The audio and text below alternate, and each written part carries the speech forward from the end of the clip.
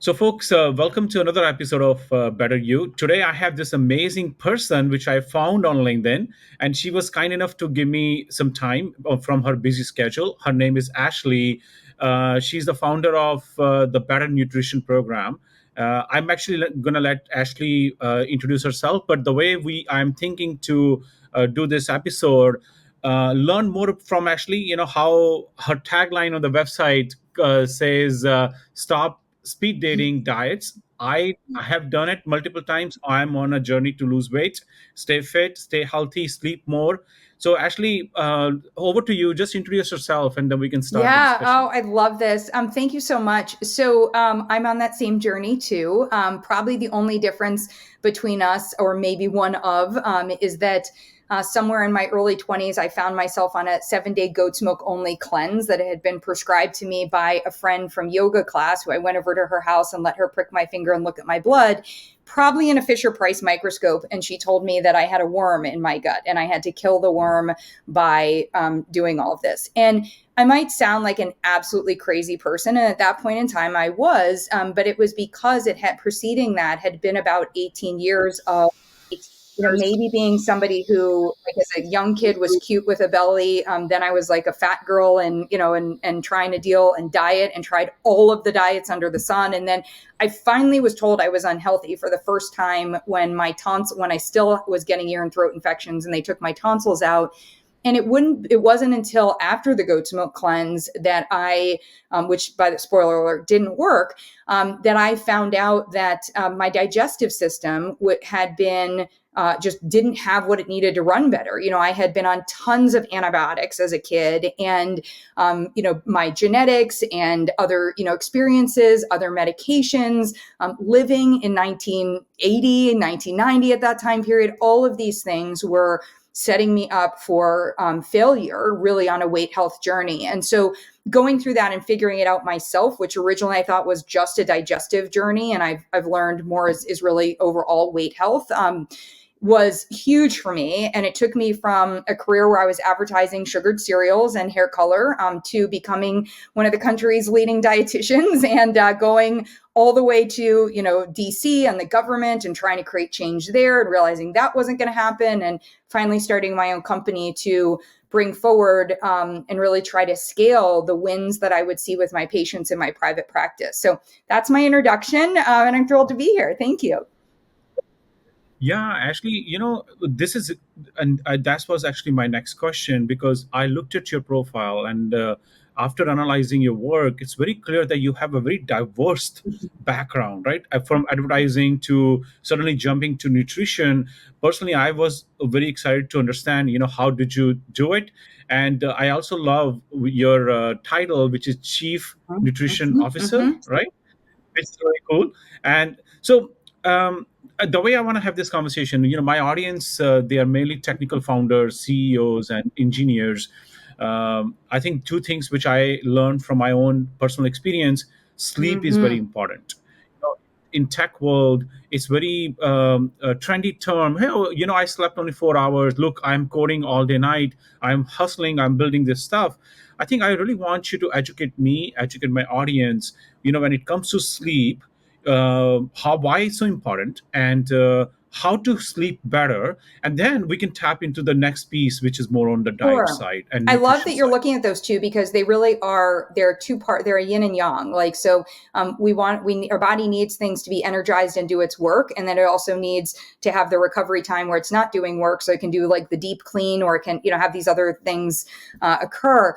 So I'm all of the things that you mentioned. I'm a founder. I've have successful startups. I have not successful startups. I'm a tech person. I was very early on in digital health. If you guys remember Jawbone, I did the nutrition for Jawbone.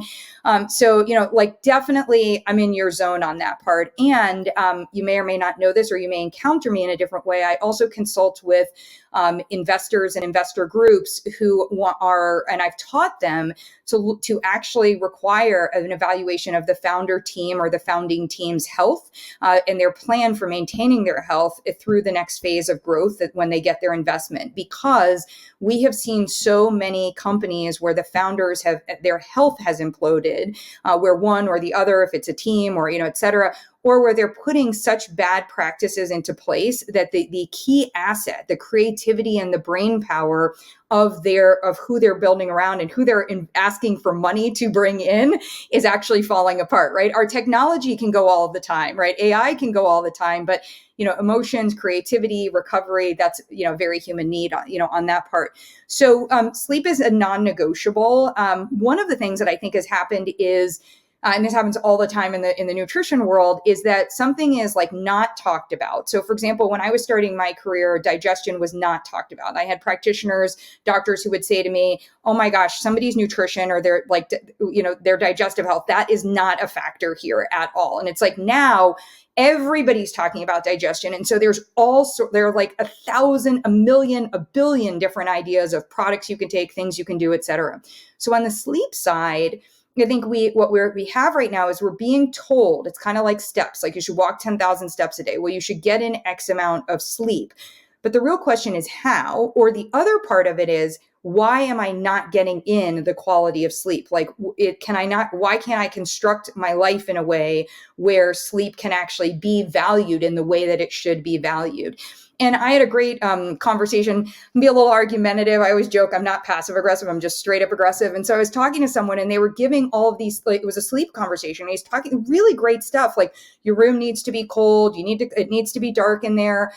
You need to go to bed at this time. You need to like do this. This helps with your sleep. And it was everything. And I was like, so basically, like, you're telling me that I have to start getting ready to go to bed at 7 and I can't have any relationships, or really should kind of live in an igloo. Like there was just no like how am I going to do this in modern day? Like there are kids in the house that come up and wake you up, or your dog is here, or we might need to work later at night, or that might be the only time we can exercise, or what about sex, or just all of these different things. And so what I would say is that we can't devalue in any way the importance of sleep. We can't make up for it. Sleep is, when our body is in the recovery phase, our vagus nerve, that highway that's going from our gut to our brain and sort of like a one-lane road going from our brain down to our gut, there's a lot of stuff that's going on there that needs to happen for us to live the quality of life that we want to live.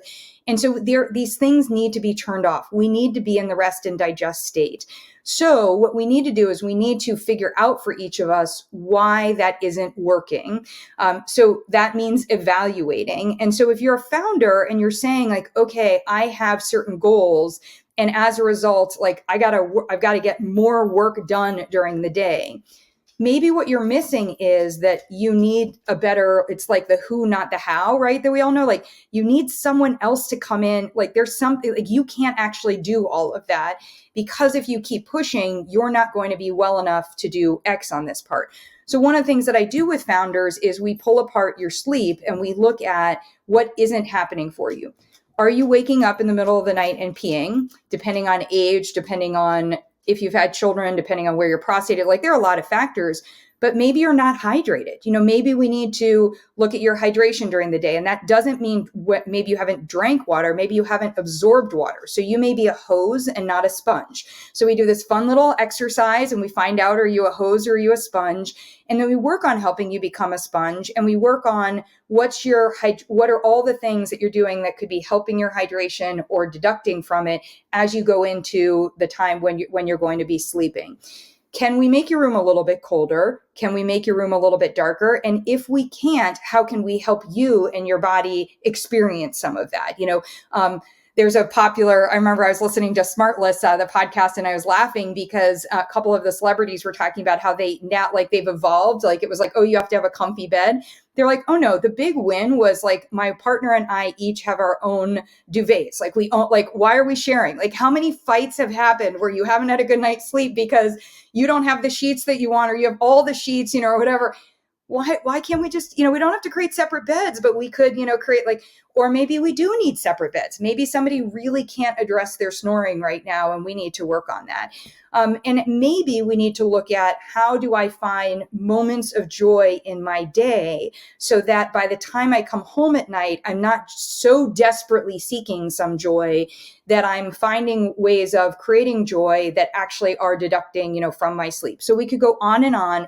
The idea is to, like like anything, to personalize recommendations, then to experiment with them, see what works, see what is not doable, because my recommendations are not, they're not the answer, they're the starting point, right? And then we double down on what's doable, or we pivot, where's needed. So rather than saying, hey guys, sleep is important, that's kind of saying like, hey, excess stress, not better for you. These things are a fact, like they're going to happen. And so what can you do? How can you create a plan that is going to personalize better sleep for you? That's where we should be having the conversation, because it's literally a non-negotiable for a founder or for a human, quite frankly, on that part. Yeah. No, very nice. I think you mentioned some very key components, especially when founders they go through this Mm-hmm. fundraising event, they lose so much sleep, anxiety, panic attacks, stress, and now so many things. You mentioned something very important about the Mm-hmm. hydration. Uh, Without going into too much details, could you explain a little bit more to the audience? What are the top three or top five tips that you can give to stay Yeah. hydrated? I know people are by default thinking, "Oh, drink Yeah. more water." So it's totally But wrong, because I when think more hydration to it. isn't the process of drinking water. Yes, we need to bring water into our body, but we need to make sure that we don't just eliminate it, because hydration is actually the experience of your cells having the water, and as a result the nutrients that they escort in, that for them having those, right? So it's super interesting, because we give a lot of credit for water consumption and we create recommendations around water consumption. A lot of times I'm having people actually drink less water than they were before. Maybe I'm having them space it out, because if they're drinking too much water at one time, how much can your body absorb? It's the same thing with food. Like, our bodies are designed more like a race car than a street car. We don't want to overload the system and be like, okay, I'm not going to have to think about it for 5 days, or whatever on that part. And in fact, we'll see if this analogy lands, but I was laughing about it because I'm writing this book on optimizing our switch, our natural GLP-1 hormones, and just looking at how this is important in weight health overall. And I was saying to somebody, they went and they found the Gila monster, and the Gila monster is like a prehistoric, like it literally is a fossil. It's a living fossil today. And that fossil does not have to eat for days or weeks or months on that part. I'm going to explain why it's related to hydration in a second. So what they did is they went and they isolated the venom, and they were like, okay, if we can, like that, they don't, the way their hormone works is it turns off the messaging. So what if we could have that come into our systems and it turns off the messaging?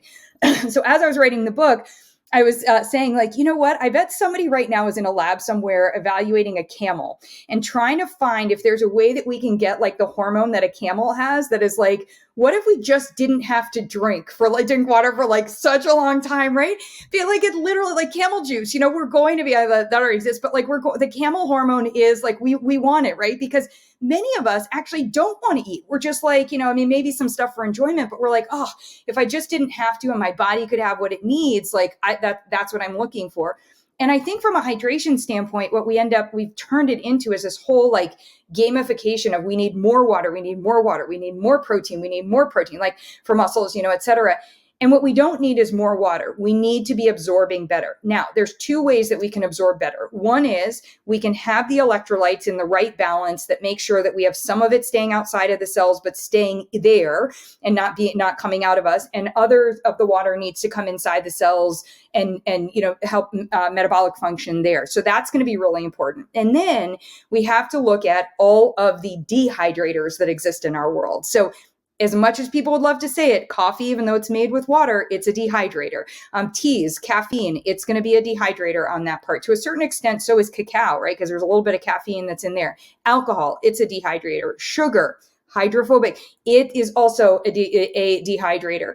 So we have to look at, sweating, of course, and, some of the aspects of digestion. We have to look at how often or what we're doing that is dehydrating us, not considering it a negative, just looking at it like this is just an experiment. So here are my dehydrators and here are my hydrators, and they need to come in and they need to be at a better balance, right? And so we need to know. And the fun quiz is, and any of you can do this, it's also free on our website, but you literally just drink 8 ounces of water and you'll see there's a little bit of nuance to it, but you're going to see do I have to pee with sooner than 2 hours? And that's going to give me good information, because if you have to pee sooner than 2 hours after just 8 ounces of water and not taking in anything else, you probably aren't absorbing well. And also, if you don't have to pee for like 4 hours, you probably also are extremely dehydrated, and we have to work on, on that part too. So these are just fun little, fun ways to figure out what our body's trying to tell us, without going, too deep into labs and things like that.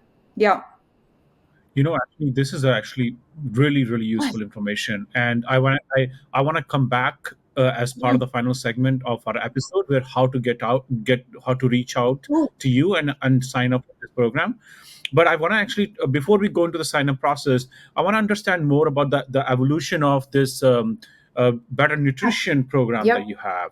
Could you please walk us through? Because I personally want to learn it, and I can tell you, listening to this, whatever you're saying, as I am getting Mhm. older and older, I can see lots of symptoms in my body aging out.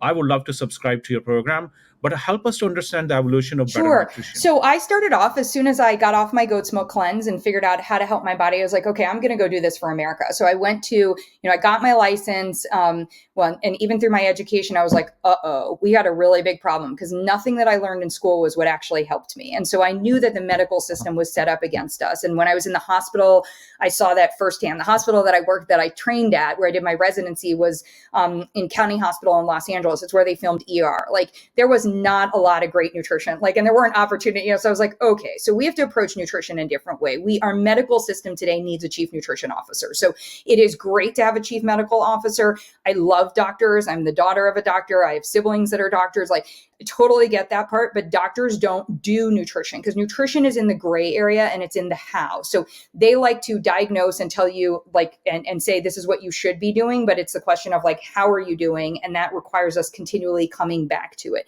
So my own experience, I was like, the N of one was personalized nutrition that, optimizes my gut health, and then comes in and says, okay, what does my body need to run better? And asks that question, and then is able to evaluate the evidence that my body is actually giving me, whether it's labs, or whether it's how fast I can run, or whether it's how quickly I recover, or whether I feel rested when I wake up from my sleep, or whether I bite into an apple and it tastes sweet. Like, any of these things, we have data that we can get. And the only information that we need to know about nutrition is actually how our body is responding to our choices.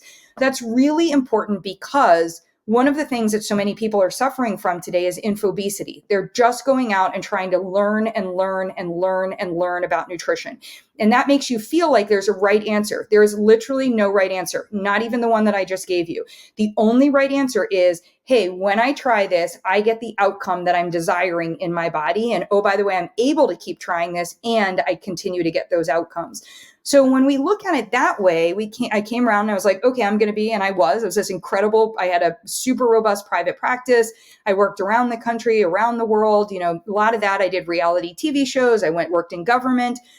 And I was trying to figure out, how do we bring this personalized, why are the dietary guidelines the way that they are? Why is nutrition not taught here? Why is nutrition taught this way there? There's so many things that we have to, what's on a school lunch menu, all of these issues. And what I came back to was, we need to make it easier to be able to do this personalization. And then we have to teach how to do that personalization. So remember, I'm a startup, I'm an entrepreneur, et cetera. So I sort of left the world of my own practice and writing books and spokesperson work and TV, and helping product, with product development and all this stuff. And I started this company to basically create tools that make it easier for us to do personalized nutrition. So all these games and experiments, I call them experiments, that I've created. Instead of saying hey, take a magnesium supplement, why not do a quiz that evaluates whether or not what you need from a magnesium standpoint? It looks at foods, it looks at supplements, it looks at, your bowel habits, your body habits, your exercise. You have to ask a lot of questions, and then you come in and say, okay, here's the recommendation. So I created those. And I started selling it to practitioners. And the hard part about practitioners is they want to do all of this, but they are just not set up to do all of this. And I was not set up to work with each practitioner at scale to help them be able to do all of this. So instead, I left and I started working for University of California at Irvine as the nutrition director and teaching this and using our tools there. And we created the Better Nutrition program. We pivoted to direct to consumer. And we said, let's either meet someone where they are online or through this way, and you can come this way. Or we also partner with employers and with companies that provide that where they're trying to sell a weight health solution. They want to help us either improve, our body composition or our cholesterol, or they're looking at your whole health on that part. We come in and we provide the personalized nutrition there. So some of you may have access to us through partnerships that are built into, other entities. Places like if you're going to go get your labs drawn and they tell you what the lab results are, you now need to know, okay, so what does that mean for what I'm actually supposed to go do, right? And so a lot of these partially personalized solutions are stopping. They're making very bold claims about what they're able to offer, but they can't take you to the finish line. We're the how, we're the implementation, the intel inside that takes you to the finish line. You just made a very good point, because when I get my lab results, I look at them and I call my doctor Kaiser, and then he or she will explain me some stuff. Then, but for me, what do I do next? What do I need? As you said, how Yes. part, right? How can I improve those negative results, or the results showed Yeah. up? So, you know, it comes to the point. So let's say I'm in a Mm-hmm. situation where I have to present, I have to go to a VC Mm-hmm. meeting, investor meeting, whatever it is, or important client. I am me alone. What are the things that I can do, like, to just detach and then just stay calm, and then figure out a way to eat something, drink Love something that. to I calm love myself that. down? Because Yeah. Yeah. I have seen many doctors getting anxiety attacks before the Yeah. presentations. And one of the things I'm known for, you can go back, but like I was the, In Style magazine and People magazines, like Hollywood Dietitian, like here's how Ashley gets her clients red carpet ready. And what I would always say is I don't get them red carpet ready. I keep them red carpet ready. So as a founder, one of the best things that you can do, and that's also why we make our services really affordable, is you can come in and you can work on your health, and you work with somebody that understands that you are a founder trying to stay healthy. You're not going to be a founder forever, or you are going to be the founder forever, but you're not going to be in this current state. I say this to myself all the time in the mirror. You're not going to be in this current state. I'm a founder, a perimenopausal 50-year-old woman being like, what was I thinking? I should have done this at 30, like that kind of thing. So you turn around, you're like, you're not going to be this way, but you need someone who can meet you where you are and make sure that what you're doing right now is not increasing your risk of more like of disease or poor health later, but also is addressing anything that could be keep you from being your best right now. So I think that's really important. If you want to super wow an investor, you come in and you let them know that part of what you are doing is investing in your own health, and you're clear about that. So I'm able to deliver on this because I have these boundaries, and because here's what I have from a nutrition plan standpoint, et cetera, like on that part. So I think that piece is really important. The reason I talk about staying red carpet ready on that piece is so the conversation would often be like, how do you help celebrities get red carpet ready, actually? And I would say, we don't get red carpet ready. We stay red carpet ready. So one of the things is, don't wait until you have the investor meeting. Like, don't look, and trust me, I've been here. Don't look down, work on the plane and also not sleep at home and all of that stuff, and try to prepare everything. And then be like, after this presentation, I'm totally going to, focus in on my health. You want to be doing the work, and then give yourself, and this usually requires working with someone who can create a plan for you in collaboration with you that's doable. And I think that's one of the key things is you have to turn around and say to somebody, I'm literally not going to be able to get more than 5 hours of sleep. Okay. So if that's the case, then what do we do in this time period? Or, what are some of those? So number one would be, let's make sure that you aren't trying to do it the moment before. Number two, like anything else, this founder part, this is a sprint or a marathon, however you want to look at it, train. So don't try to do something the night before an event that you've never done before. That's a big mistake on that part. So for example, don't try going into a presentation with no caffeine if you're somebody who always presents with caffeine. Don't try having more caffeine. Don't try stopping caffeine the day before. You might not poop for 24 hours and then you're going into this investor meeting. If you're flying somewhere, make sure that the time that you've flown before that you have, tested out some of these things. And I think that's going to be really key. And one of the things that I would do is I would definitely, from a nutrition standpoint, recognize that your body, most of us have done some type of training. Maybe you've even done something like at high intensity at some point in your life. Your body, when you are presenting like that, that's what this is. So that's like where you can, okay, like I remember I was in a school play and it was really difficult and I got on stage and, whatever, but try to envision yourself being successful and how your body felt, recognizing that you actually do want to be stressed. Like you really, like this is a high stress moment for you. So anything that would be like, I'm going to do all these things to turn off the stress is actually going to ask your body to have to work harder because it's going to really try aggressively to work against what you're doing better. So you want to be hydrated. So we just talked a little bit about that. You do want to have something in your system. You want to have something in your system that like supports your body. Should have, we want protein in there, we want fats in there, we want carbohydrates in there, but something that is good and your body, your body how your body digests it, on that part. Plan your caffeine out according to pace, and that kind of thing. Sometimes one of the things that has happened to my clients that's been like harder for them is sometimes the meeting, somebody will be like, oh, I had this investor meeting, but we went out for drinks.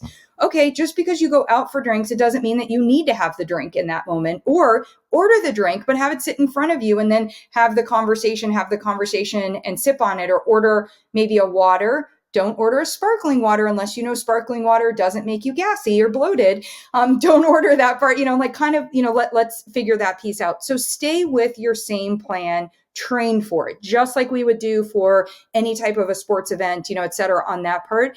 And be very wary of using things that are like would be considered around your performance in the moment. And then there are a couple of things, a couple of the key ones. Remember that I'm just a big believer in, if not this, then something better. So it's just like with a new date, or it's just, like you're interviewing for school or for job, if this, like you can have your whole heart totally set on this, and all of those pieces. But if you're having to change who you are, or if you even are feeling a little bit stressed because you feel like maybe I should lie and tell them that I'm doing better than I'm doing, take a pause. Do you want somebody to buy you or to partner with you that isn't going to get to know you, right? Like that isn't, or that you feel like you have to pretend that you are something other than you are. I would definitely think about that. And sorry, dog barking in the background. I would think about that, and I would come back to, in that moment, looking at what are some of the things that help me stay as present as possible. So for some people, it's a little something like a screensaver on their phone. The one on my phone says, I'm doing great things, so I can't come down right now. It's like, I think it's even a biblical reference. I haven't read the Bible. Like that's not me, but like, it really helps me to stay focused. Like I can't be distracted from these other things.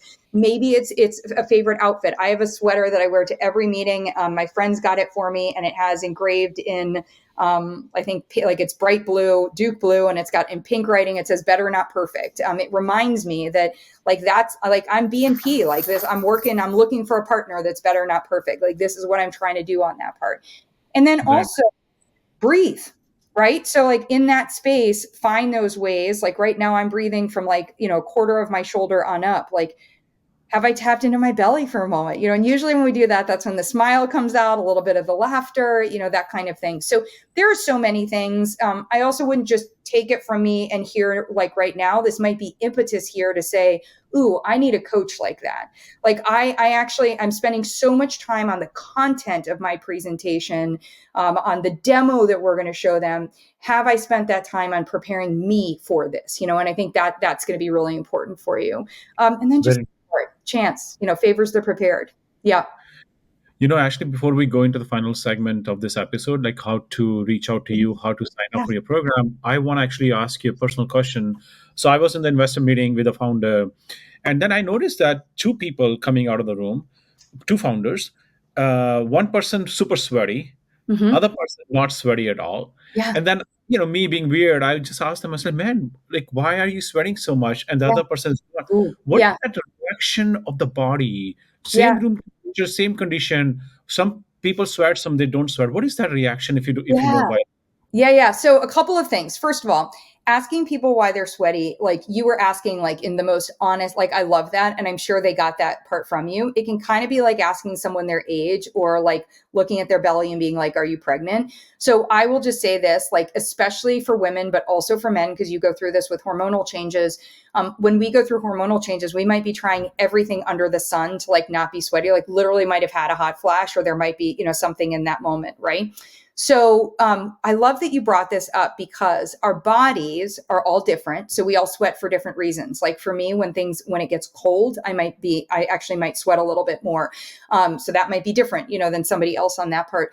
They may have overeaten. They may have eaten something. They may have literally been sitting through that presentation so worried that they have got to get to a bathroom, but not wanting to be rude to you and knowing this was a really important moment for you, that they are trying to just get through it. And they're like, oh my God, I don't even want to talk to you right now. I need to get into the bathroom. So there are a variety of things.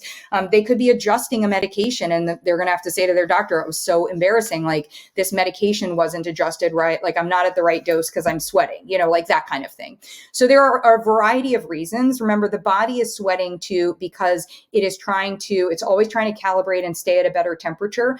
And it may also be that's part of the excretory system. So it's trying to, get to eliminate. So it might be part of like impaired elimination or, trying to do that. Metabolic activity. They might be on a GLP-1 all of a sudden, whatever it is, like there's all sorts of stuff. What I would say about that it reminds me that I think is such an important thing for us to keep in mind is that I always talk to my patients who are working on body composition changes, especially when they're trying to lose fat. And I worked for a long time with bariatric patients. And the conversation would be, remember, when somebody is talking to you about your weight loss, what they observe in you, what they're seeing, their reference point is always themselves. We are so self-focused as humans. So what's interesting is when somebody is sitting in the room and hearing something, or you're talking about something, or any of these different things, remember that everybody is going through their own experience and they're taking in like different pieces and thinking about things. Like somebody who's listening to this right now may really have sparked to one of the pieces of the conversation, and they're really thinking about, oh, that's why this didn't work for me. I'm probably a hose. I'm not a sponge. Like this makes sense to me. So we also have to remember too that, we're so personal, and so should our healthcare on that piece, that whenever we are in a room with an investor, that we are there, what their experience is just theirs. Like we have no idea, in that way. And until they tell us, and unless they are really honest in telling us, we're actually not going to know, what their experience was. So that can actually play your hand. You can actually really want to get to know someone and ask them and say, did you experience, like for me, when I first, I was giving the presentation, or say there's two of you in the room as founders doing this, whenever Tom talks about this, I have this experience, or I just get like I light up, because what he's talking about is like, we're going to actually finally have the data where we could change the world, whatever. Do you light up? Or does that stress you out? Or do you think like that's going to cost a lot? Or, and you're able to interact with them and kind of ask them how they experience that. We do that a lot in better healthcare, in my opinion, or said differently, when it's not done in healthcare, it's a problem. But it's an interesting one to play out in this sort of this conversation around founders and how we experience meetings. Yeah. Oh my God, I love this. You know what? Now let me ask you a very important question. Yeah. I want to join the program. What do I Good. need to do? Yeah. So we have, it's your program, right? So we build a program around you based on where you are. If you are somebody who's coming in and is like, I have a plan, like I have my nutrition plan, I have my lot, like I know exactly what I'm doing, but I'm struggling to implement it. And I'd like some help with some of the things Ashley was talking about from a coaching standpoint. We can bring you into coaches. We don't typically offer that. So I'm just telling your audience something that, like, if you really feel that, have a conversation with my team and see if they'll give you permission to just go right to the coaching. 99.2% of people start off where they come in and they work with myself or a team member, and we call that sort of the clinical month. That's our platinum or our plan phase. And we build your plan over the course of a month. And that's going to be a live session where prior to that, you've shared some data with us. We may have asked you to do a couple of things or, whatever. And then you come in, and then over the course of the month, we build that plan iteratively with back and forth unlimited messaging. You also have access to all of our resources. And then from there, we're going to figure out what your better next step is. It may be that we've implemented some of the plan. I want feedback on it, and I want us to meet next month, and I want us to go over and further iterate. It might mean that we know that you're 2 months away from your presentation. So next month, we're going to work on something else. And then after your presentation, we might move to quarterly on that part. Or I have some people that we work pretty intensely together for 5 or 6 months, and then they move to a quarterly, and we do the assessments. And, because your system, like, things are always changing. The stuff isn't going to work, that worked in last season or, last year. It's kind of like fashion that way.